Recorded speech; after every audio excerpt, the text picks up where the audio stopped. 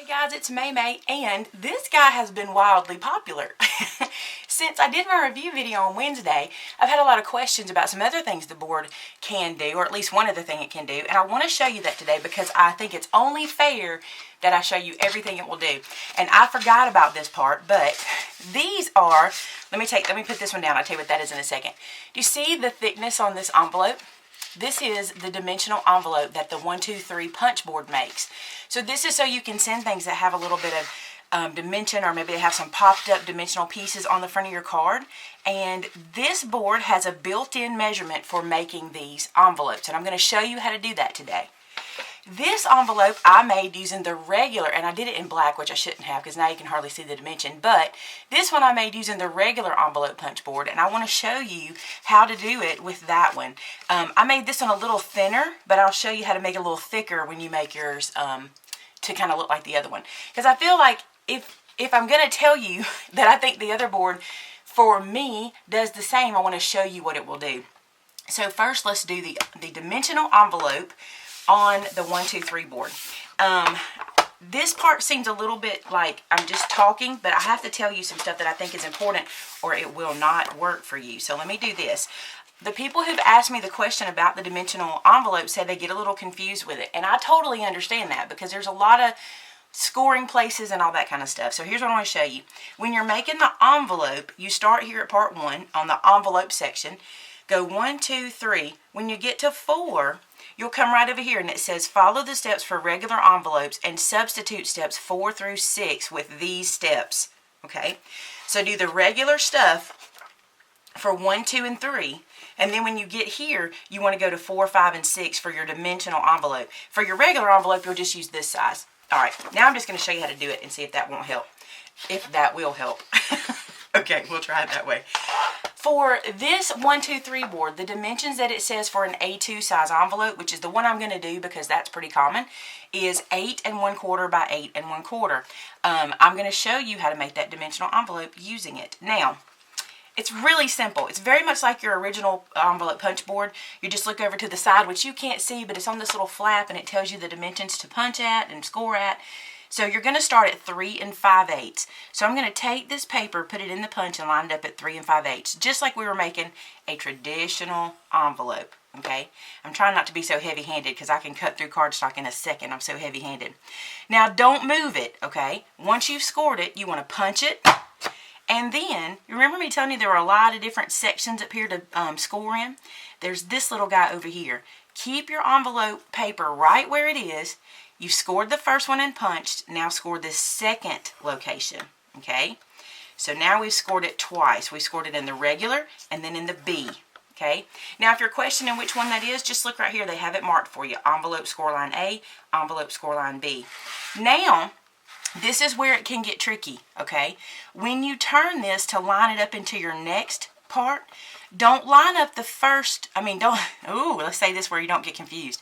Don't line up the first score line you come to. Line up the original envelope score line. So you're going to put that in and line it up where you're supposed to do it on that score line, okay? Ignoring this extra line we did.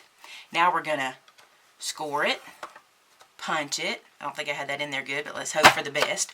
Then we're going to go back and score that second line, which is score line B. And right here you can see we did A and B.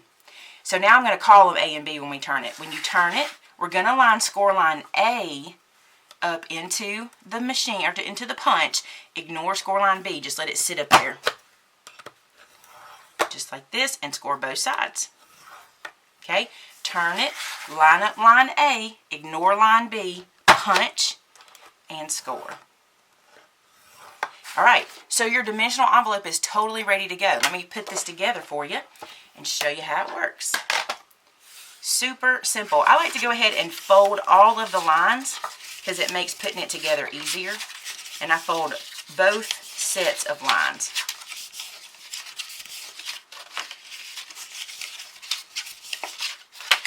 Okay, so now that I've got it folded, I'm going to bring it here. And these pieces I tuck in. So I'm just going to hold this piece down and add some glue.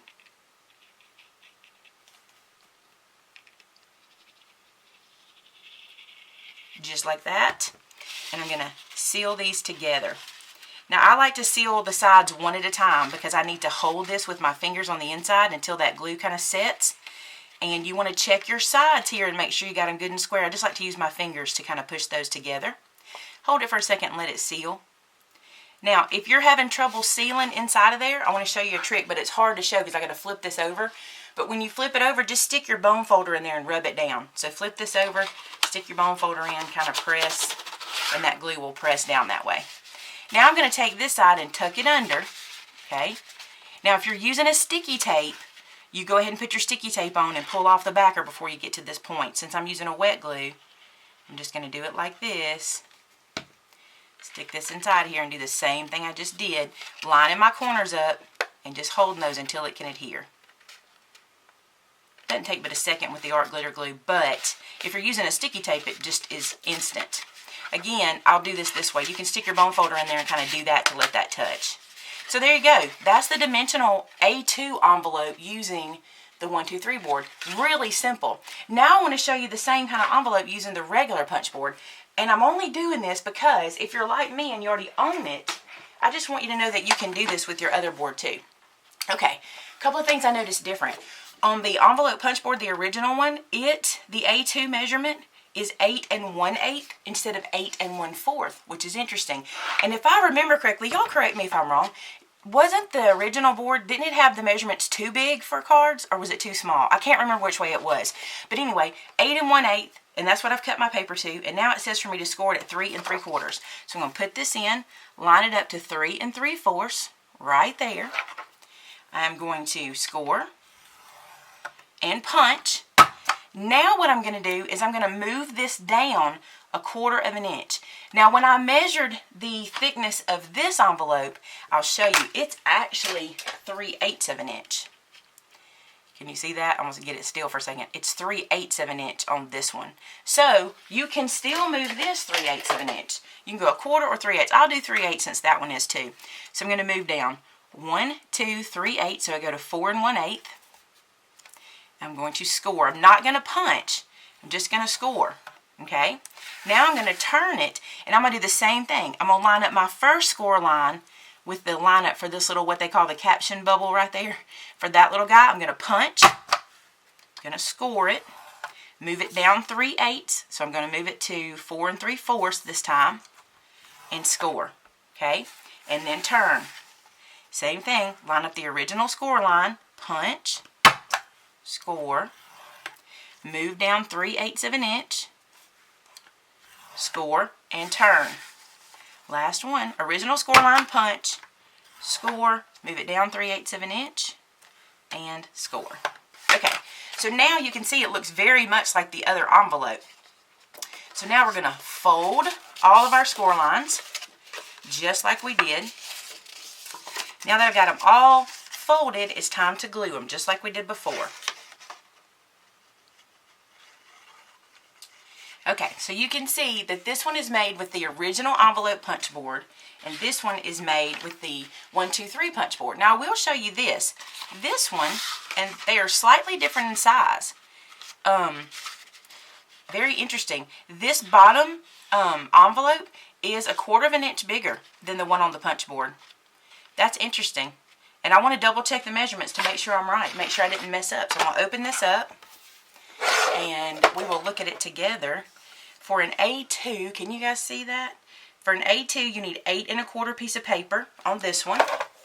And then on the original one, for an A2, which is over here somewhere, 8 1/8. So, yeah, they did change the measurements on those two. And I don't remember if this one was too small or this one's too big. Let's just put a card in it. Hold on, let's just see what happens. I have this card that's kind of dimensional that I made a while back, and let's just see. And you think I got them mixed up, but I didn't. This is the one from the original, and let's see if it fits.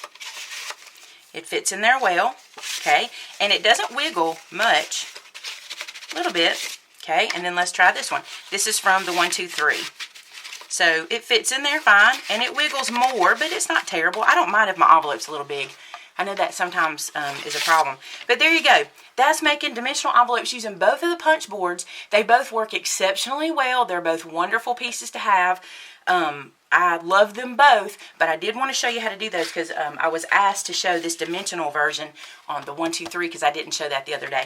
Alright guys, thanks so much for watching. I appreciate you asking me questions and telling me the things you think about the board that are great. Keep that going in the comments.